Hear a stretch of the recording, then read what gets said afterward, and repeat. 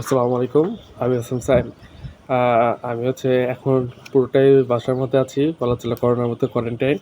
So আমি চেষ্টা করছি যে আমার এই অসুস্থতার ছুটির মধ্যে আমি রেস্ট নেওয়ার সাথে, সাথে কিছু বই পড়ছি। তো আমি বর্তমানে অ্যাটমিক হ্যাবিট বই পড়ছি। অ্যান্ড আমি এটা কোনো স্ক্রিপ্টেড ভিডিও করছি না। আমি অ্যাটমিক হ্যাবিট বই পড়ার পরে যে লার্নিংগুলা পেয়েছি সেগুলো আমি নোট ডাউন করেছি। আমি আশা করছি যে আমি এগুলা শেয়ার করলে আপনারা উপকৃত হবেন। সো শুরু করা যাক। আমি প্রথম চ্যাপ্টার যেটা পড়েছিলাম সেটা হচ্ছে the surprising power of atomic habits. কেন ছোট অভ্যাস বড় পার্থক্য তৈরি করে। আমাদের চেষ্টা করতে হবে প্রতিদিন 1% বা 1% বেটার এভরিডে, মানে প্রতিদিন আমাদের 1% ভালো করার চেষ্টা করতে হবে গত দিনের চেয়ে।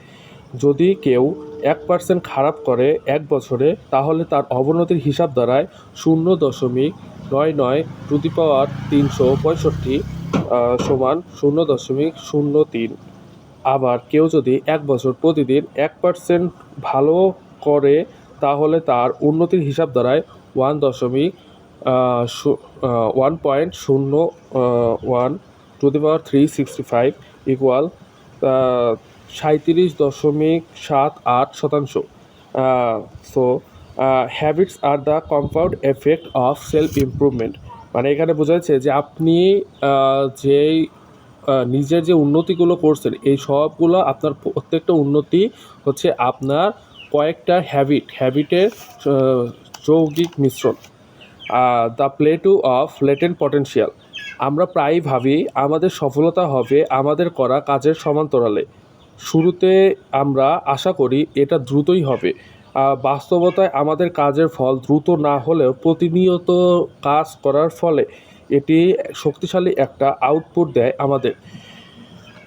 এই চ্যাপ্টারের সামারি হচ্ছে পূর্বের দিনের চেয়ে প্রতিদিন 1% উন্নতি করা, যা শক্তিশালী ফল দেয় বহুদিন পর।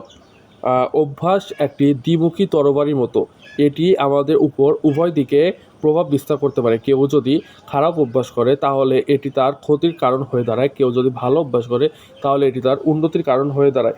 এই জন্য যে কোনো কাজ বিস্তারিতভাবে বুঝে অত্যাবশ্যকীয়ভাবে পালন করতে হয়। ছোট পরিবর্তন প্রায়শই কোনো পার্থক্য করে না যতক্ষণ না আপনি একটি সংকটপূর্ণ সীমা অতিক্রম করেন।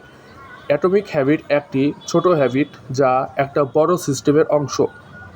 যেভাবে পরমাণুগুলো একত্রে একটি পদার্থ তৈরি করে, সেভাবে অ্যাটমিক হ্যাবিট একত্রে অবিশ্বাস্য একটা ফল তৈরি করে।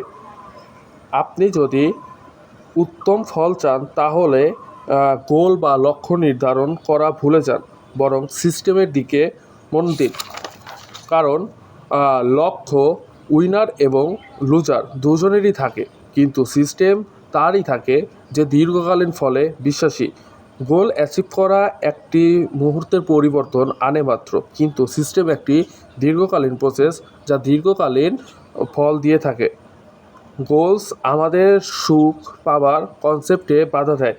যতক্ষণ আমরা গোল অর্জন না করি ততক্ষণ আমরা সুখ পাই না, কিন্তু সিস্টেমে থাকলে আমরা ভুল করলে আনন্দ পাই, এটা ভেবে যে আমাদের ভালো করার এখনও জায়গা আছে। গোল দীর্ঘকালীন প্রোগ্রেসের বিপরীত। আপনি আপনার গোলসের লেভেলে উঠেন না, বরং আপনি আপনার সিস্টেমের লেভেলে পড়ে যান। সো এই ছিল আমার প্রথম চ্যাপ্টারের লার্নিং। আশা করছি ভালো লাগছে। আপনারা চাইলে পজ করে দেখে নোট করতে পারেন, এটা আপনাদেরও কাজে দিবে। আর আমি চেষ্টা করব এর পরবর্তী লার্নিংগুলো আপনাদের সাথে শেয়ার করার। ধন্যবাদ।